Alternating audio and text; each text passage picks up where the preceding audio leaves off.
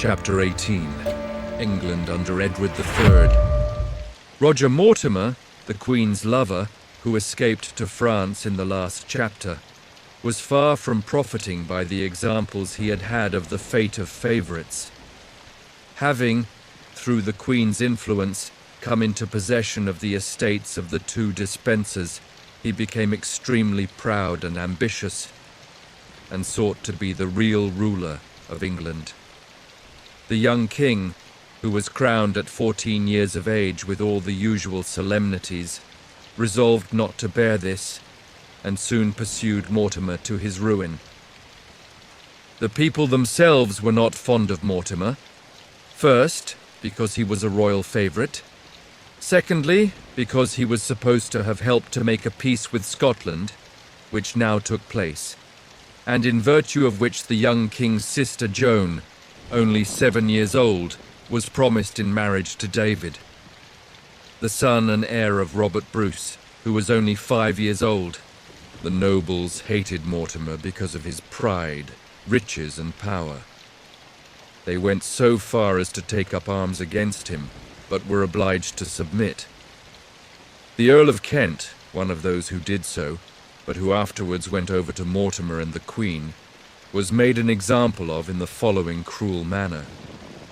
He seems to have been anything but a wise old earl, and he was persuaded by the agents of the favourite and the Queen that poor King Edward II was not really dead, and thus was betrayed into writing letters favouring his rightful claim to the throne. This was made out to be high treason, and he was tried, found guilty, and sentenced to be executed.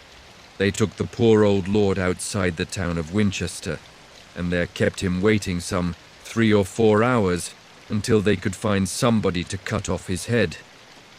At last, a convict said he would do it if the government would pardon him in return, and they gave him the pardon, and at one blow he put the Earl of Kent out of his last suspense. While the Queen was in France, she had found a lovely and good young lady named Philippa, who she thought would make an excellent wife for her son.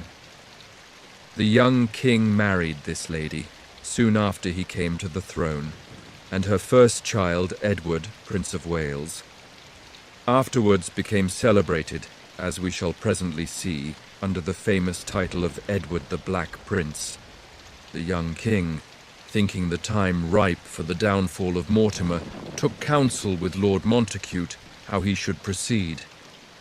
A parliament was going to be held at Nottingham, and that lord recommended that the favourite should be seized by night in Nottingham Castle, where he was sure to be. Now this, like many other things, was more easily said than done, because, to guard against treachery, the great gates of the castle were locked every night, and the great keys were carried upstairs to the Queen, who laid them under her own pillow. But the castle had a governor, and the governor, being Lord Montacute's friend, confided to him how he knew of a secret passage underground, hidden from observation by the weeds and brambles with which it was overgrown, and how, through that passage, the conspirators might enter in the dead of the night and go straight to Mortimer's room. Accordingly, upon a certain dark night at midnight, they made their way through this dismal place, startling the rats and frightening the owls and bats, and came safely to the bottom of the main tower of the castle, where the king met them and took them up a profoundly dark staircase in a deep silence. They soon heard the voice of Mortimer in council with some friends, and bursting into the room with a sudden noise, took him prisoner. The Queen cried out from her bedchamber, "Oh, my sweet son, my dear son, spare my gentle Mortimer." They carried him off, however, and before the next Parliament accused him of having made differences between the young king and his mother, and of having brought about the death of the Earl of Kent, and even of the late king.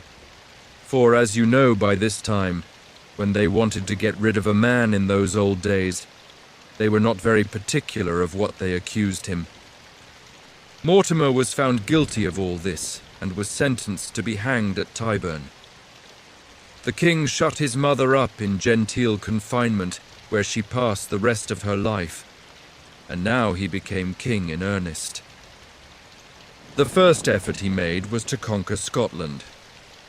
The English lords, who had lands in Scotland, finding that their rights were not respected under the late peace, made war on their own account, choosing for their general, Edward, the son of John Balliol, who made such a vigorous fight that in less than 2 months he won the whole Scottish kingdom. He was joined, when thus triumphant, by the king and parliament, and he and the king in person besieged the Scottish forces in Berwick. The whole Scottish army coming to the assistance of their countrymen, such a furious battle ensued that 30,000 men are said to have been killed in it.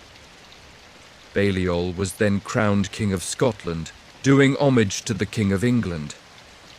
But little came of his successes after all, for the Scottish men rose against him within no very long time, and David Bruce came back within 10 years and took his kingdom. France was a far richer country than Scotland, and the king had a much greater mind to conquer it. So he let Scotland alone, and pretended that he had a claim to the French throne in right of his mother. He had, in reality, no claim at all, but that mattered little in those times. He brought over to his cause many little princes and sovereigns, and even courted the alliance of the people of Flanders, a busy, working community who had very small respect for kings, and whose headman was a brewer. With such forces as he raised by these means, Edward invaded France. But he did little by that, except run into debt in carrying on the war to the extent of £300,000. The next year, he did better, gaining a great sea fight in the harbour of Sluys. This success, however, was very short-lived, for the Flemings took fright at the siege of Saint-Omer and ran away, leaving their weapons and baggage behind them. Philip, the French king, coming up with his army, and Edward being very anxious to decide the war, proposed to settle the difference by single combat with him, or by a fight of 100 knights on each side. The French king said he thanked him, but being very well as he was, he would rather not. So, after some skirmishing and talking, a short peace was made. It was soon broken by King Edward's favouring the cause of John, Earl of Montfort, a French nobleman who asserted a claim of his own against the French king, and offered to do homage to England for the crown of France, if he could obtain it through England's help. This French lord himself was soon defeated by the French king's son and shut up in a tower in Paris, but his wife, a courageous and beautiful woman who is said to have had the courage of a man and the heart of a lion, assembled the people of Brittany, where she then was, and showing them her infant son, made many pathetic entreaties to them not to desert her and their young lord. They took fire at this appeal, and rallied round her in the strong castle of Hennebon. Here she was not only besieged without by the French under Charles de Blois, but was endangered within by a dreary old bishop, who was always representing to the people what horrors they must undergo if they were faithful, first from famine, and afterwards from fire and sword. But this noble lady, whose heart never failed her, encouraged her soldiers by her own example, went from post to post like a great general, even mounted on horseback fully armed, and issuing from the castle by a bypath, fell upon the French camp, set fire to the tents, and threw the whole force into disorder. This done, she got safely back to Hennebon again, and was received with loud shouts of joy by the defenders of the castle, who had given her up for lost. As they were now very short of provisions, however, and as they could not dine off enthusiasm, and as the old bishop was always saying, "I told you what it would come to," they began to lose heart and to talk of yielding the castle up. The brave countess, retiring to an upper room and looking with great grief out to sea, where she expected relief from England, saw at this very time the English ships in the distance, and was relieved and rescued. Sir Walter Manning, the English commander, so admired her courage, that being come into the castle with the English knights, and having made a feast there, he assaulted the French by way of dessert, and beat them off triumphantly. Then he and the knights came back to the castle with great joy.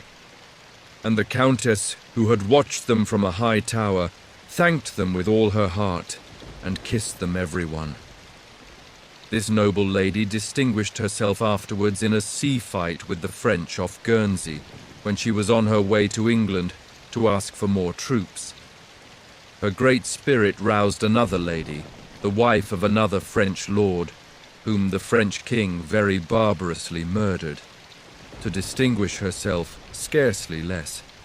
The time was fast coming, however, when Edward, Prince of Wales, was to be the great star of this French and English war. It was in the month of July, in the year 1346, when the king embarked at Southampton for France, with an army of about 30,000 men in all, attended by the Prince of Wales and by several of the chief nobles. He landed at La Hogue in Normandy, and burning and destroying as he went, according to custom, advanced up the left bank of the river Seine, and fired the small towns even close to Paris. But being watched from the right bank of the river by the French king and all his army, it came to this at last, that Edward found himself, on Saturday the 26th of August, 1346, on a rising ground behind the little French village of Crecy, face to face with the French king's force. And, although the French king had an enormous army, in number more than 8 times his, he there resolved to beat him or be beaten. The young prince, assisted by the Earl of Oxford and the Earl of Warwick, led the first division of the English army. 2 other great earls led the second, and the king the third. When the morning dawned, the king received the sacrament and heard prayers, and then, mounted on horseback with a white wand in his hand, rode from company to company and rank to rank, cheering and encouraging both officers and men. Then the whole army breakfasted, each man sitting on the ground where he had stood. And then they remained quietly on the ground with their weapons ready. Up came the French king with all his great force.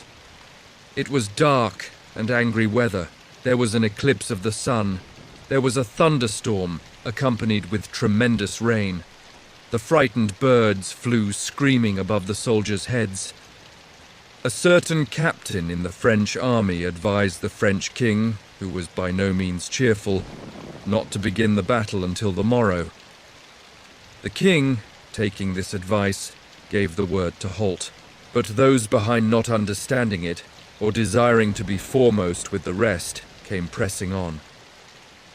The roads for a great distance were covered with this immense army, and with the common people from the villages, who were flourishing their rude weapons and making a great noise.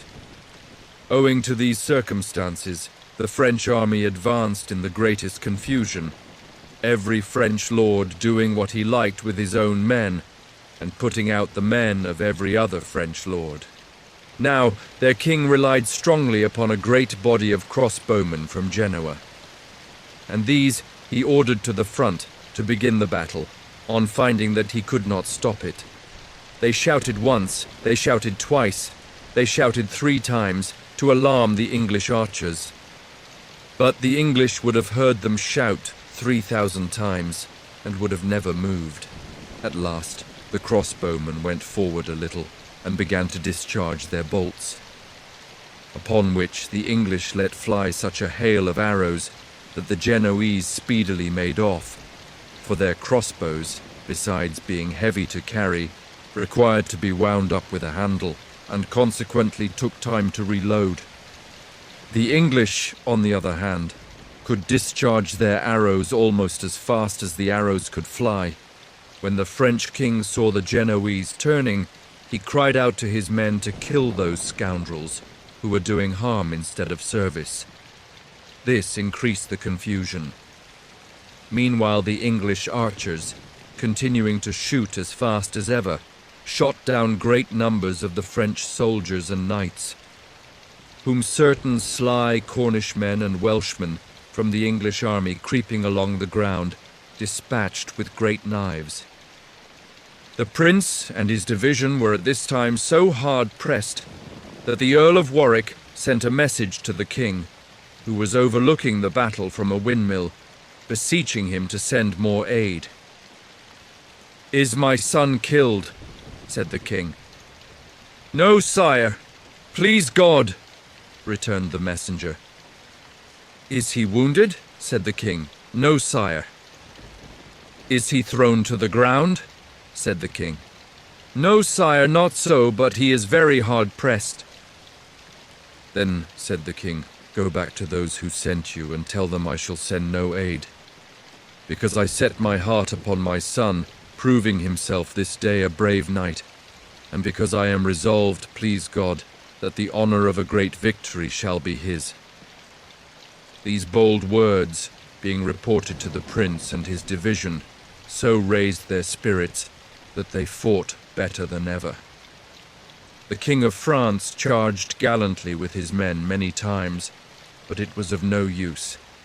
Night closing in, his horse was killed under him by an English arrow, and the knights and nobles who had clustered thick about him early in the day were now completely scattered.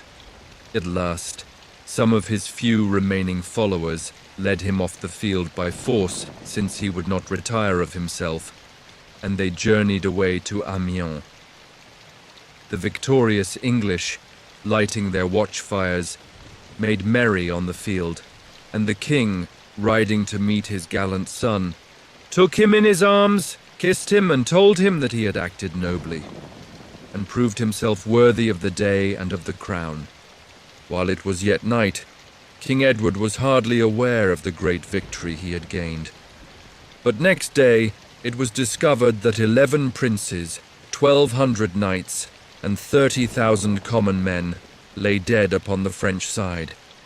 Among these was the King of Bohemia, an old blind man, who, having been told that his son was wounded in the battle, and that no force could stand against the Black Prince, called to him 2 knights, put himself on horseback between them, fastened the 3 bridles together, and dashed in among the English, where he was presently slain. He bore as his crest 3 white ostrich feathers, with the motto Ishdien, signifying in English, "I serve." This crest and motto were taken by the Prince of Wales in remembrance of that famous day, and have been borne by the Prince of Wales ever since. 5 days after this great battle, the king laid siege to Calais. This siege, ever afterwards memorable, lasted nearly a year. In order to starve the inhabitants out, King Edward built so many wooden houses for the lodgings of his troops that it is said their quarters looked like a second Calais suddenly sprung around the first. Early in the siege, the governor of the town drove out what he called the useless mouths, to the number of 1,700 persons, men and women, young and old. King Edward allowed them to pass through his lines, and even fed them, and dismissed them with money. But later in the siege, he was not so merciful. 500 more who were afterwards driven out, dying of starvation and misery. The garrison were so hard pressed at last that they sent a letter to King Philip, telling him that they had eaten all the horses, all the dogs, and all the rats and mice that could be found in the place, and that if he did not relieve them, they must either surrender to the English or eat one another. Philip made one effort to give them relief, but they were so hemmed in by the English power that he could not succeed, and was fain to leave the place. Upon this, they hoisted the English flag, and surrendered to King Edward.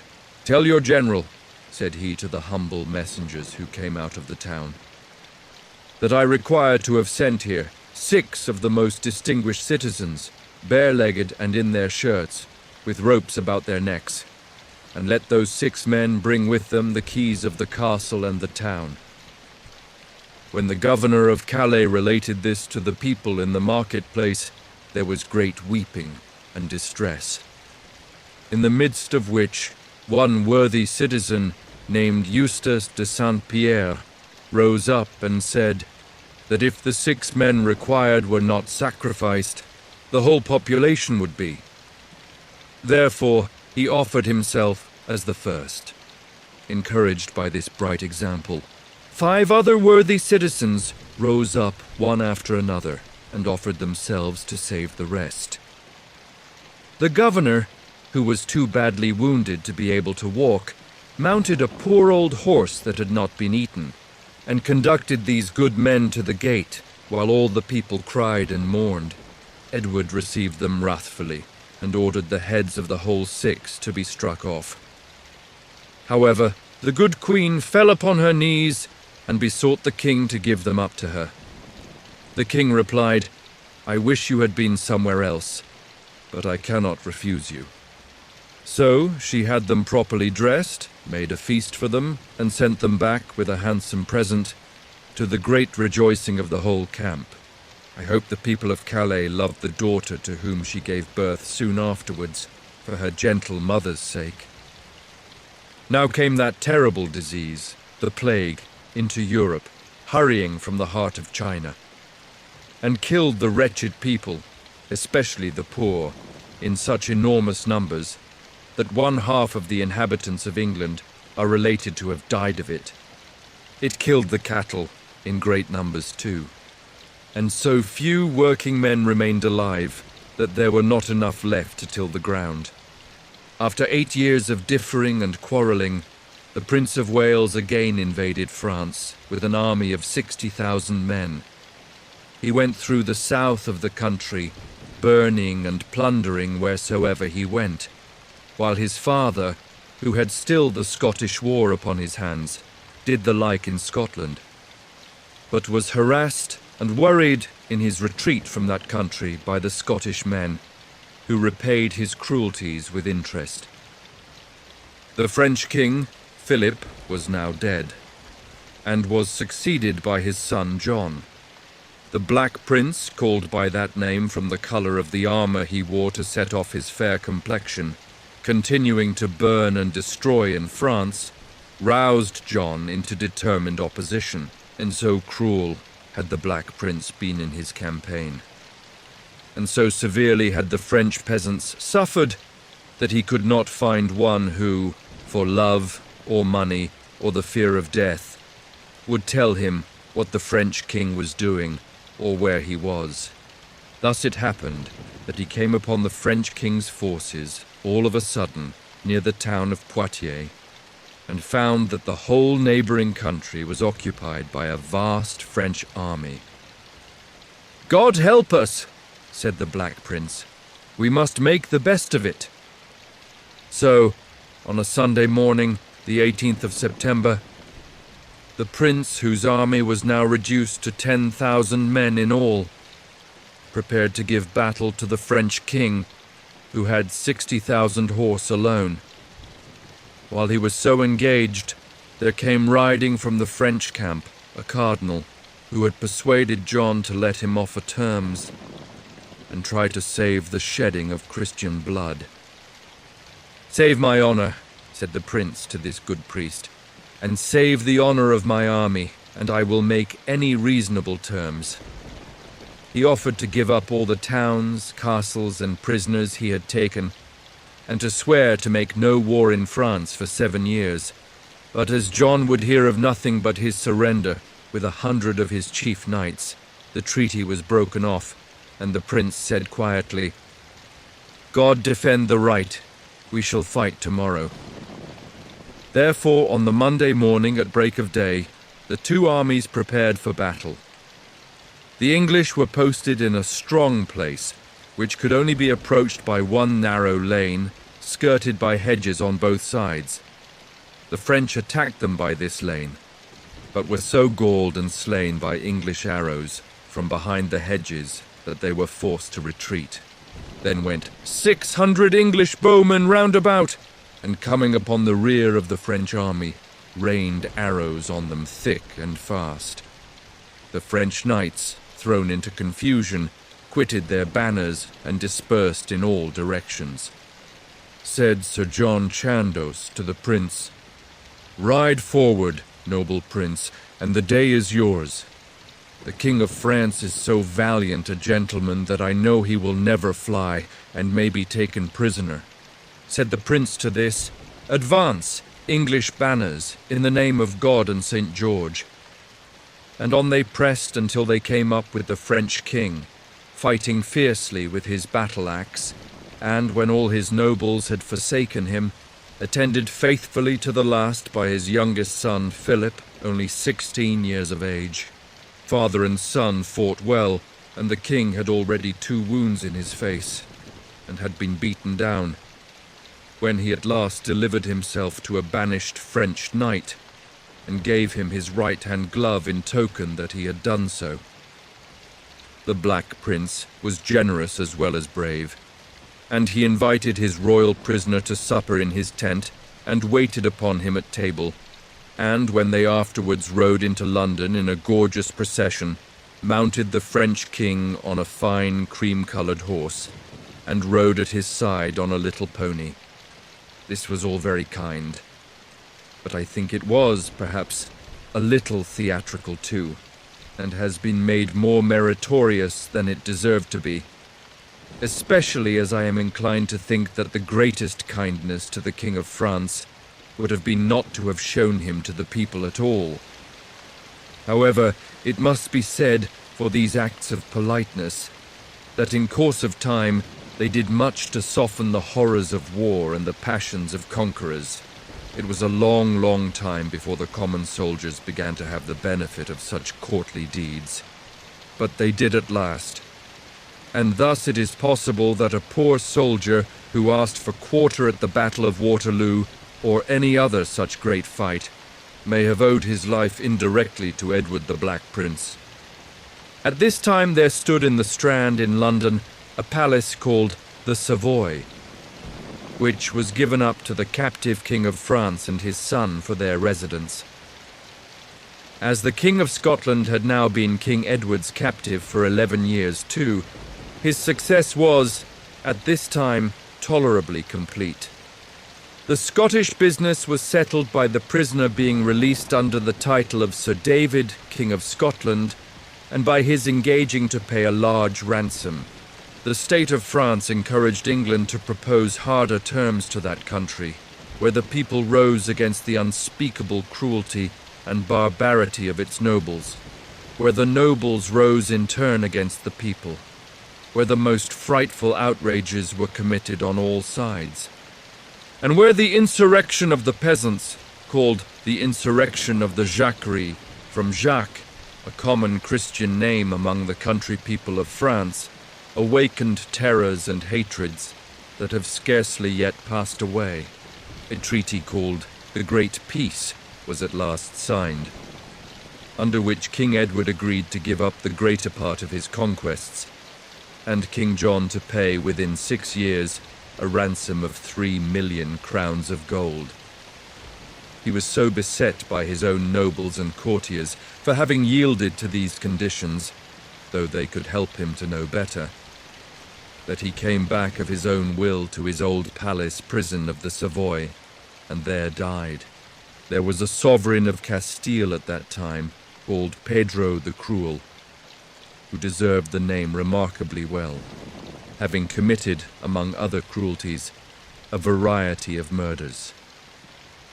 This amiable monarch, being driven from his throne for his crimes, went to the province of Bordeaux, where the Black Prince, now married to his cousin Joan, a pretty widow, was residing, and besought his help. The prince, who took to him much more kindly than a prince of such fame ought to have taken to such a ruffian, readily listened to his fair promises, and agreeing to help him, sent secret orders to some troublesome disbanded soldiers of his and his father's, who called themselves the Free Companions, and who had been a pest to the French people for some time, to aid this Pedro. The prince, himself going into Spain to head the army of relief, soon set Pedro on his throne again, where he no sooner found himself than, of course, he behaved like the villain he was, broke his word without the least shame, and abandoned all the promises he had made to the Black Prince. Now, it had cost the prince a good deal of money to pay soldiers to support this murderous king. And finding himself, when he came back disgusted to Bordeaux, not only in bad health, but deeply in debt, he began to tax his French subjects to pay his creditors. They appealed to the French king, Charles. War again broke out, and the French town of Limoges, which the prince had greatly benefited, went over to the French king. Upon this, he ravaged the province of which it was the capital, burnt and plundered and killed in the old sickening way, and refused mercy to the prisoners, men, women, and children taken in the offending town, though he was so ill and so much in need of pity himself from heaven that he was carried in a litter. He lived to come home and make himself popular with the people and Parliament, and he died on Trinity Sunday, the 8th of June, 1376, at 46 years old. The whole nation mourned for him as one of the most renowned and beloved princes it had ever had, and he was buried with great lamentations in Canterbury Cathedral, near to the tomb of Edward the Confessor. His monument, with his figure, carved in stone and represented in the old black armor, lying on its back, may be seen at this day, with an ancient coat of mail, a helmet, and a pair of gauntlets hanging from a beam above it, which most people like to believe were once worn by the Black Prince. King Edward did not outlive his renowned son long. He was old, and one Alice Perrers, a beautiful lady, had contrived to make him so fond of her in his old age that he could refuse her nothing, and made himself ridiculous.